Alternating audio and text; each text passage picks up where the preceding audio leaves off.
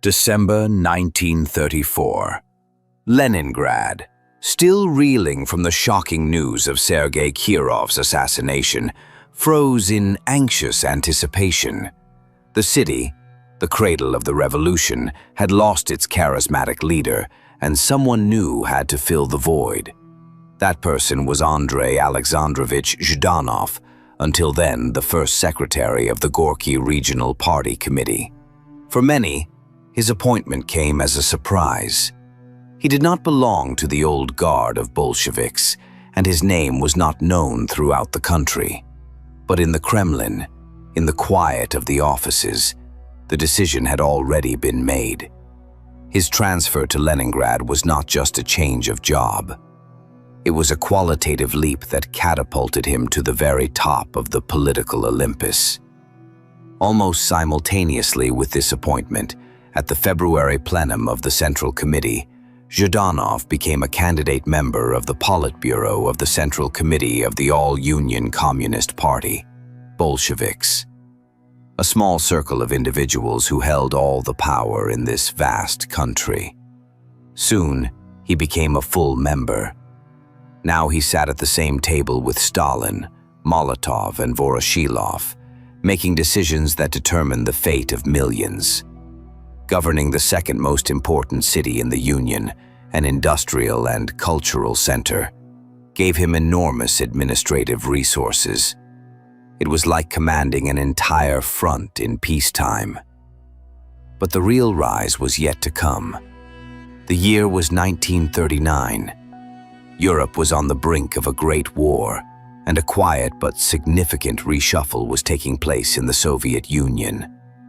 Zhdanov was elected to the Secretariat of the Central Committee and entrusted with a key area: ideology and propaganda. Now he was in charge not only of the factories and shipyards of Leningrad, but also of the minds of all Soviet citizens. This appointment meant that Stalin trusted him not only with the management of the territory, but also with the formation of the very worldview of the Soviet people. After the war, which brought not only victory but also a brief taste of freedom and some hope for the loosening of ideological constraints, the party needed to tighten the screws again, and Zhdanov became the chief executor of this will. His reports at a meeting of party activists and writers in Leningrad in August 1946 went down in history as Zhdanovism. He launched a sharp criticism of two leading Leningrad magazines, Zvezda and Leningrad. The main targets were two well-known authors, Mikhail Zoshchenko and Anna Akhmatova. Zoshchenko's satirical stories, such as The Adventures of a Monkey, were called vulgar and a lampoon of Soviet reality. Zhdanov claimed that Zoshchenko portrayed Soviet people as freaks and scum. He described Akhmatova's poetry as alien to our people, the poetry of a fickle lady flitting between her boudoir and her prayer room. These words were not just literary criticism, they were a sentence. The magazine Leningrad was shut down, and Akhmatova and Zoshchenko were expelled from the Writers' Union, which effectively deprived them of the opportunity to publish and condemned them to poverty. This was only the beginning.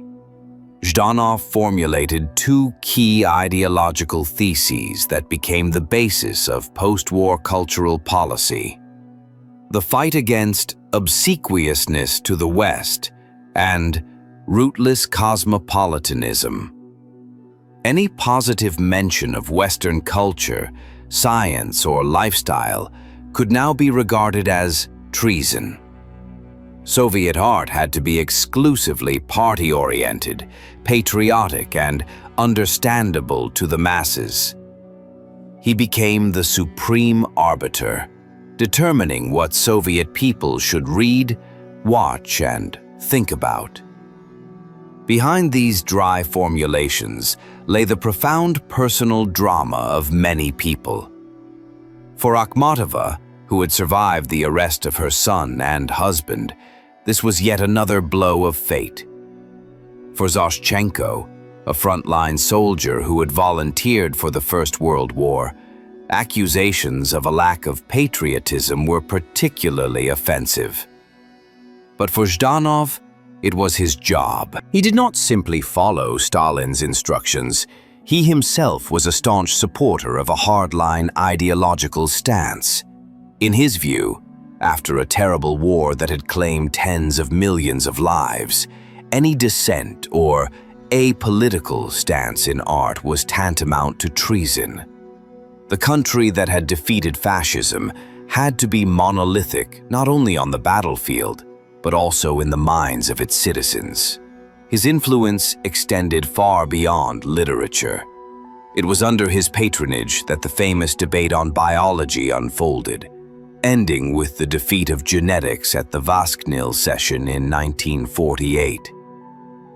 Trofim Lysenko's Michurin biology was declared the only correct and party-approved science, while classical genetics was labeled bourgeois pseudoscience. World-renowned scientists were dismissed, arrested, and an entire field of science in the USSR was destroyed for decades. Zhdanov personally oversaw the campaign against formalism in music. In 1948, under his leadership, the Central Committee of the All-Union Communist Party of Bolsheviks adopted a resolution on V. Muradeli's opera, The Great Friendship, which sharply criticized the country's greatest composers, Dmitri Shostakovich, Sergei Prokofiev, and Aram Khachaturian. They were accused of anti-popular, formalistic perversions, and their music was declared complex, incomprehensible to the people, and detached from realism. Zhdanov was not just a watchdog of the regime. He was an intellectual, albeit of a specific party-oriented kind. He had a phenomenal memory, could quote the classics, and was well read. But all his intellect was put to the service of one goal: the affirmation and defense of party dogma. He sincerely believed that he was building a new, better society, and for this goal, he was ready to sacrifice not only the fates of others, but entire areas of culture and science. This was his main paradox. The man responsible for stifling free thought was himself far from stupid. He was the architect of the ideological Iron Curtain that separated Soviet culture from the rest of the world for many years. Stalin's personal trust was evident not only in their joint holidays in the South, where important state issues were decided in an informal setting. It was also expressed in specific assignments that went far beyond Zhdanov's official powers. When the Soviet Union issued an ultimatum to Estonia in 1940, it was Zhdanov who was sent to Tallinn as a special representative of the Central Committee. His task was to ensure Estonia's soft and voluntary entry into the USSR. He acted not as a rough enforcer, but as a political director. He held meetings with local politicians, organized pro-Soviet demonstrations, and controlled the formation of a new government loyal to Moscow. It was a subtle and delicate mission that required not only toughness, but also political cunning, and Stalin entrusted it to him. During the Great Patriotic War, when Zhdanov remained in besieged Leningrad as a member of the Military Council of the Leningrad Front, his connection with Stalin was unbroken. He was one of the few who could report directly to the leader on the situation, bypassing the authorities. His role in the defense of the city was enormous. He was responsible for ideological work, for mobilizing the population, for maintaining morale in the inhuman conditions of the blockade. But even here, his dual nature was evident. On the one hand, he was one of the organizers of the heroic defense. On the other hand, he bears part of the responsibility for the city's inadequate preparation for the blockade and for the tragedies associated with the evacuation. Historians still argue about the so-called Zhdanov cakes, rumors that the party leadership in Smolny ate much better than the Leningraders who were dying of hunger. There is no direct evidence of this, but the very fact that such rumors appeared speaks volumes. After the war, his closeness to Stalin reached its peak. Zhdanov effectively became the second most important person in the party on ideological issues. When Stalin decided in 1947 to create a new international communist organization to replace the dissolved Comintern, Cominform, it was Zhdanov who was tasked with holding the founding meeting in Poland and delivering the keynote speech. In his speech, he formulated the famous doctrine of the division of the world into two camps, imperialist and anti-democratic, led by the United States, and anti-imperialist and democratic, led by the USSR. This speech became the ideological justification for the start of the Cold War. Stalin entrusted him with announcing the country's new foreign policy doctrine to the whole world. This was the highest expression of trust. And finally, there was the most personal, almost family-like aspect of their relationship. The marriage of his son Yuri, head of the Central Committee's science department, and Stalin's daughter Svetlana Alliluyeva in 1949, after Andrei Alexandrovich's death, but preparations for it had been made during his lifetime, was not just a union between two young people. In that system of coordinates, it was a dynastic marriage, cementing the union of two influential families. Although Stalin himself, according to his daughter's recollections, was cool towards this union, the very fact that it was possible meant that Zhdanov was perceived not just as a comrade in arms, but as a person in his circle. However, the marriage proved to be short-lived and unhappy, which may also have played a role in subsequent events. After Zhdanov's death and Yuri's divorce from Svetlana, Stalin is said to have uttered a phrase hinting that Zhdanov had failed to raise even his own son properly. But that was later, when the political winds had changed. Zhdanov's sudden death on 31st August 1948 while on holiday in Valdai became the starting point for one of the darkest and most mysterious cases of the late Stalin era. The official diagnosis was heart failure, cardiac paralysis. He was only 52 years old. At first, everything went according to plan. A lavish funeral at the Kremlin Wall, mourning rallies, the renaming of his hometown of Mariupol to Zhdanov. It seemed that his legacy would be immortalized. But very soon the pendulum swung in the opposite direction. Clouds began to gather over his protégés, who were known in the party apparatus as the Leningraders.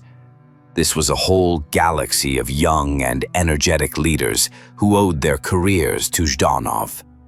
Nikolai Voznesensky, chairman of the USSR State Planning Committee, Alexei Kuznetsov, secretary of the Central Committee, and Mikhail Rodionov, chairman of the Council of Ministers of the RSFSR.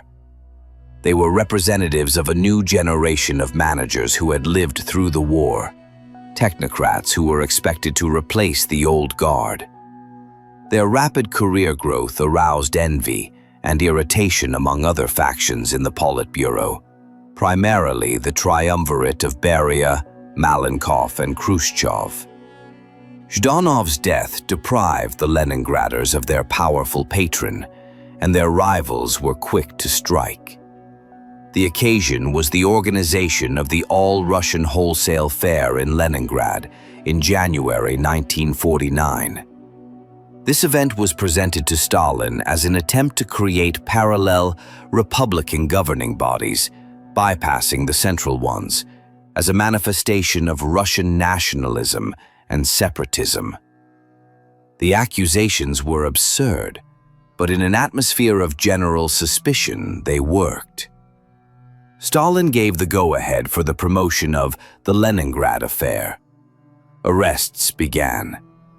Voznesensky, Kuznetsov, Rodionov, and many other leaders were accused of creating an anti-party group, sabotage, and espionage.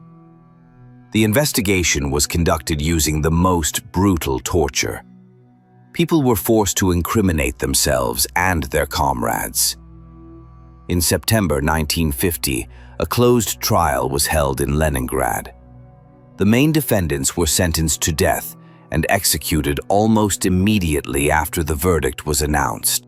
Repressions swept across the country, affecting thousands of people who were in one way or another connected with Leningrad or with one of the convicted. The Leningrad affair was not simply a crackdown on rivals, it was a signal to the entire party elite. No one is irreplaceable, and no one is immune. The destruction of a group that had been considered the most promising and closest to the leader just yesterday showed that Stalin still held all the strings in his hands and would not tolerate any hints of independence or the formation of factions. The apotheosis of Zhdanov's posthumous drama was the doctor's case, which began in 1952. A group of leading Soviet doctors, mainly of Jewish nationality, were accused of being agents of foreign intelligence services who had misdiagnosed and killed a number of Soviet leaders. Andrei Zhdanov and Alexander Shcherbakov were named as the main victims of the doctor killers. It was claimed that Dr. Lydia Timoshuk had written a letter to the Central Committee pointing out the incorrect diagnosis and treatment of Zhdanov, but her warnings had been ignored. Now, 4 years later, this letter was taken out of the archives and used as the main evidence of the conspiracy. Zhdanov's name was once again at the center of a grand political intrigue, but this time, he was presented not as a powerful leader, but as a defenseless victim of treacherous enemies. This campaign, which was clearly anti-Semitic in nature, only ended with Stalin's death in March 1953.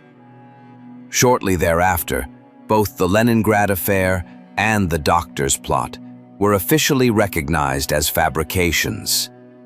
People were rehabilitated, many posthumously, but the shadow of these events forever cast a pall over the final years of the Stalin era, revealing the abyss of fear and suspicion in which the country lived at that time. To understand why Zhdanov found himself one step away from the highest power, we need to go back to the early 1930s, to the city of Gorky, now Nizhny Novgorod, where he honed his skills as an administrative predator. At the helm of a huge industrial region, he proved himself to be an absolutely loyal and extremely effective executor of Stalin's will. He unhesitatingly pursued the harshest policies of collectivization and industrialization, suppressing any resistance.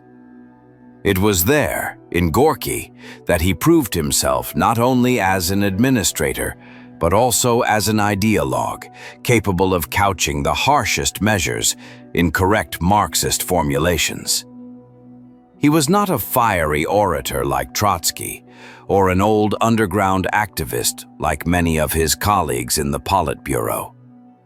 He was a man of the new Stalinist formation, a desk worker whose main weapons were not a revolver and a bomb, but resolutions, directives, and ideologically calibrated articles in Pravda. This characteristic of his, the ability to combine administrative pressure with intellectual acrobatics, set him apart in Stalin's eyes. The leader, who himself had a seminary education and valued the ability to work with texts, saw in Zhdanov not just an executor, but a man capable of theoretically justifying any shift in the party line. Unlike many of his comrades, Zhdanov had an extensive personal library and loved to quote philosophers and literary classics. This erudition, even if it served as a tool rather than an end in itself, created the image of a party intellectual, which was rare in an environment where proletarian origins and practical skills were valued above all else. When work was underway on the new Stalinist constitution in 1936, Zhdanov was one of those who actively participated in editing the wording, giving the document the appearance of democracy and legitimacy. His ideological work was not just a set of prohibitions. He tried to build a coherent system, a kind of canon of Soviet culture. Zhdanov was one of the main organizers of the First Congress of Soviet Writers in 1934, where the method of socialist realism was proclaimed. He personally supervised the work of Maxim Gorky, ensuring that the stormy petrel of the revolution did not deviate from the general line. He understood that control over minds was no less important than control over the economy or the army. His famous phrase, directed at Shostakovich, "Instead of music, there is chaos," was not just the opinion of a self-important official. It was a clear directive. Art must be harmonious, understandable, optimistic, and serve the cause of the party. Any complexity, any dissonance, any reflection was perceived by him as ideological sabotage. Zhdanov's conflict with his main rivals, Georgy Malenkov and Lavrenti Beria, was not simply a struggle for proximity to Stalin. It was a clash between different models of state governance. Zhdanov was an advocate of the omnipotence of the party apparatus. He believed that the party, with its ideological and organizational structures, should be the main pillar of the country. Malenkov, like Beria, was a proponent of a technocratic approach to governance. He oversaw industry, transport, and state personnel, and believed that effective management of the economy and the state apparatus was paramount, with party ideology serving only as a supporting tool. This struggle became particularly acute after the war. Zhdanov insisted on strengthening ideological control and a new wave of vigilance, while Malenkov and the head of the State Planning Committee, Voznesensky, who stood behind him, focused on the rapid restoration of the economy, including through a slight easing of ideological pressure. Stalin skillfully played on these contradictions, not allowing either group to gain the upper hand. But in 1946 to 1948, the scales clearly tipped in Zhdanov's favor. His role in the blockade of Leningrad was also much more complex than simply maintaining party discipline. He was one of the initiators of the creation of the Road of Life across Lake Ladoga, understanding that without this ice artery, the city was doomed. His numerous notes and orders concerning the most mundane issues have been preserved, from bread rationing to the organization of New Year's trees for children in bomb shelters. He personally visited factories, hospitals, and defensive lines. At the same time, however, he remained a tough party functionary. It was on his orders that, during the most terrible months of famine, extra mouths were not allowed to leave the city without special permission, for fear of panic and disorganization in the rear. He bore personal responsibility for the fate of the city, and this responsibility was a terrible burden that undoubtedly undermined his already poor health. He had a weak heart, and the stress of the blockade years did not pass without a trace. Zhdanov's international activities were not limited to Cominform alone. He was the main ideological opponent of Josip Broz Tito. When the conflict between the USSR and Yugoslavia broke out in 1948, it was Zhdanov who led the polemic with the Yugoslav communists, accusing them of nationalism, deviation from Marxism-Leninism, and kulak democracy. He prepared analytical notes for Stalin and edited exposés in Pravda. This conflict became his last major undertaking. He put all his ideological passion into it, arguing that there could be only one center of power and one correct line in the communist world, that of Moscow. Even in his personal life, he remained a man of the system. His son, Yuri, already head of the Central Committee's Science Department, allowed himself to publicly criticize the views of academician Lysenko, whom Stalin supported. This angered the leader. Stalin forced Zhdanov Sr. to personally reprimand his son at a Politburo meeting. For Andrei Alexandrovich, this was an extremely difficult ordeal. He had to publicly humiliate his own son to prove his loyalty to the leader and the party line. This episode, which took place shortly before his death, shows how much the personal was subordinated to the political in that system. His sudden death gave rise to many rumors. Some said that his competitors had taken him out. Others said that doctors had over-medicated him. But the truth was probably simpler and more tragic. A man who lived under constant stress, carried a huge burden of responsibility, and suffered from chronic heart disease, simply could not cope. His body was worn out to the limit. He spent the last months of his life in a sanatorium, but the treatment was no longer helping. His death became a convenient excuse for his opponents. Malenkov and Beria immediately took advantage of the power vacuum to launch an attack on his legacy. They presented the Leningrad affair to Stalin not simply as a mistake, but as a conspiracy that had been brewing under the wing of their late opponent. Zhdanov's name was not mentioned directly in the indictments, but it was clear to everyone whose people were being destroyed. It was a posthumous defeat of his cause and his team. Thus, the figure of Andrei Zhdanov turns out to be much more complex and multifaceted than the image of a simple Stalinist satrap. He was both a product and one of the main architects of the system. An intellectual who put his mind at the service of totalitarian ideology. An organizer whose energy was directed both towards the heroic defense of Leningrad and the suppression of free thought. A man who came closer to the pinnacle of power than anyone else, but whose name after his death became a banner for one of the dirtiest political intrigues. His story is not just the biography of one of Stalin's associates. It is a tragic lesson in how intellect and talent can serve not creation but destruction, and how in the struggle for power, human life, culture, and even scientific truth become mere bargaining chips. Interestingly, Zhdanov's path to big politics began not at a factory gate or on the barricades of the Civil War, but in the quiet of his office. The son of a public school inspector, he grew up in an intellectual environment and received a good education himself, which set him apart from many old-school Bolsheviks. His party career was built methodically, step by step, far from the front lines and high-profile expropriations.